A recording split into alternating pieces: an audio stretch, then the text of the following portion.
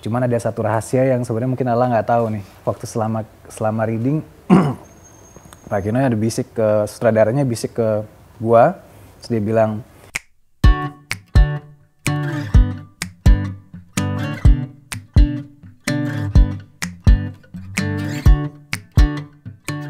jadi film ini mengenai hubungan antara seorang anak dengan ibunya, dan anaknya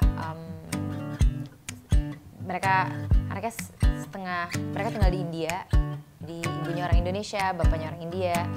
Terus anaknya lagi mau menikah dan tiba-tiba ibunya harus kembali ke kampung halamannya dan ibunya harus rekonsiliasi dengan masa lalunya.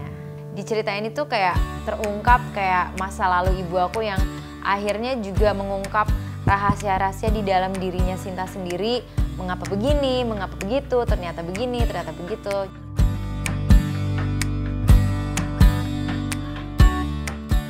pertama kali ditawarin tuh ngeliat tim produksi dulu sih biasanya. Tim produksi siapa, sutradara siapa gitu, pemainnya siapa, line up-nya siapa gitu. Begitu udah connected, oh ya tahu, kenal segala macam.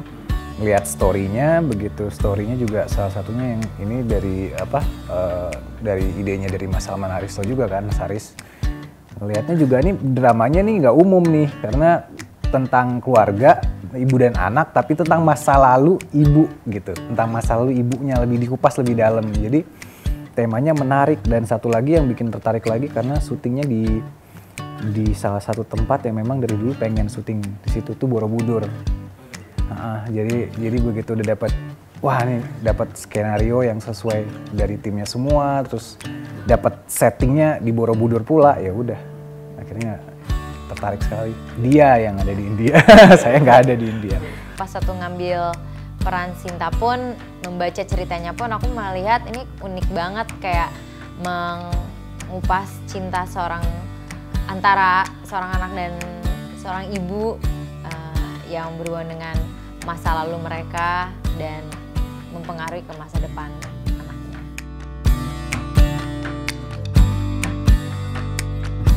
Ya ini tadi sebelumnya kita ngobrol sama salah satu pemain, dia juga asli India, terus dia bilang ini relate banget hampir sama seperti film Bollywood.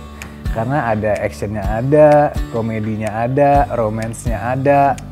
Jadi kayaknya komplit gitu semuanya, seperti film-film India katanya begitu. Nah ini makanya ini jadi film yang unik di sini, Ku Ambil Lagi Hatiku ini, karena semuanya ada tapi berhubungan gitu. Adegan-adegannya memang dibuat bukan asal maksa masuk segala macam, tapi memang ada berhubungan dengan inti cerita. Nari ada. Ada nari? Ada dong.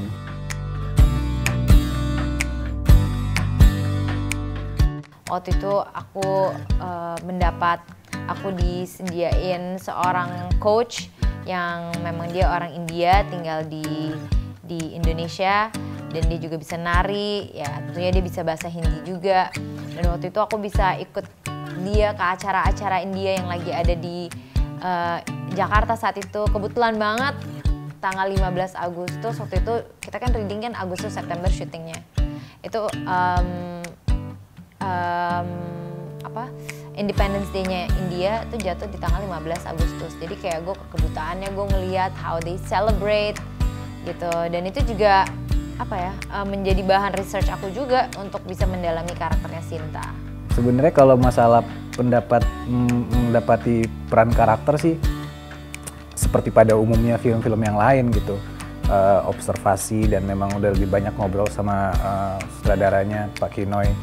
Cuman ada satu rahasia yang sebenarnya mungkin Allah nggak tahu nih. Waktu selama reading, Pak Kinoy ada bisik ke sutradaranya, bisik ke gua, terus dia bilang, gua nggak mau lu terlalu deket sama Sinta ya. Gue pengen ntar ketemunya Sinta pas lagi adegan di sana, yang scene pertama kali ketemu, jadi dapat amaze gimana gitu.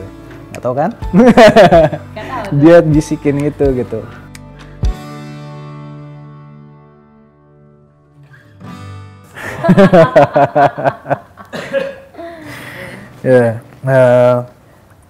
Ya itu kalau ke bagian syuting sama mereka kita susah serius, untungnya adegannya emang komedi ya.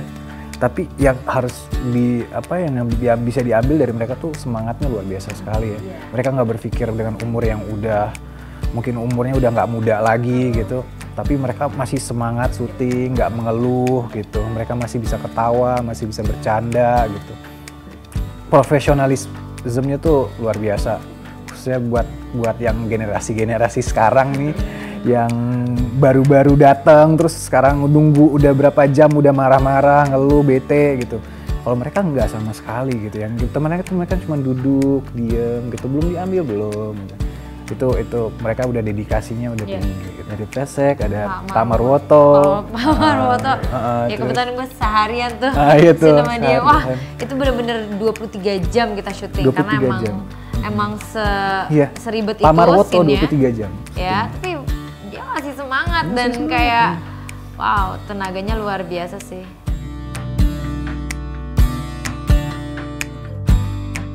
Mungkin sebagai salah satu bukti kalau PFN itu sebenarnya masih ada gitu, dan bukti kebangkitannya sebenarnya mereka masih bisa produksi film gitu, ada gitu. Mungkin banyak orang yang ngira mungkin PFN udah nggak ada lagi, sebenarnya ada gitu.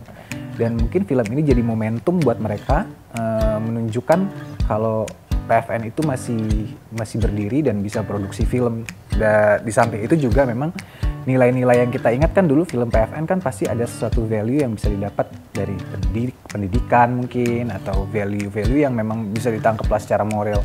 Nah, film ini juga mengangkat tentang budaya Indonesia, kerjasama dengan TWC juga gitu.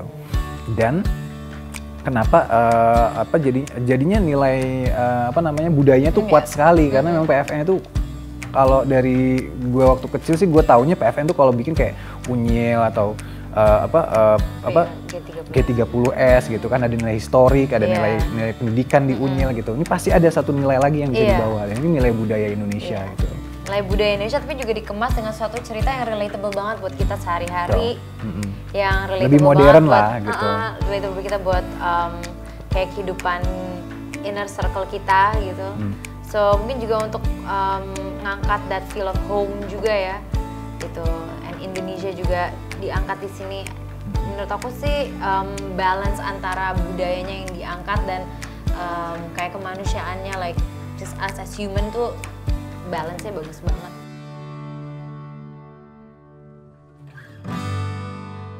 KL Lovers tanggal 21 Maret 2019 akan rilis film kita yang judulnya Ku Ambil Hatiku. Dan ini film yang bisa dinikmati dengan orang-orang yang kalian sayangi, terutama keluarga, tapi juga teman-teman. Ini akan juga mungkin buat kalian bangga lagi terhadap film Indonesia. Akan ada banyak kecantikan-kecantikan di Indonesia yang akan diekspos di sini, dan kita akan berkolaborasi dengan juga budaya luar, budaya India yang juga kayaknya kuat juga di dunia perfilman kita di sini. Dan dipackage dengan cerita yang sangat manis, sangat indah. Betul.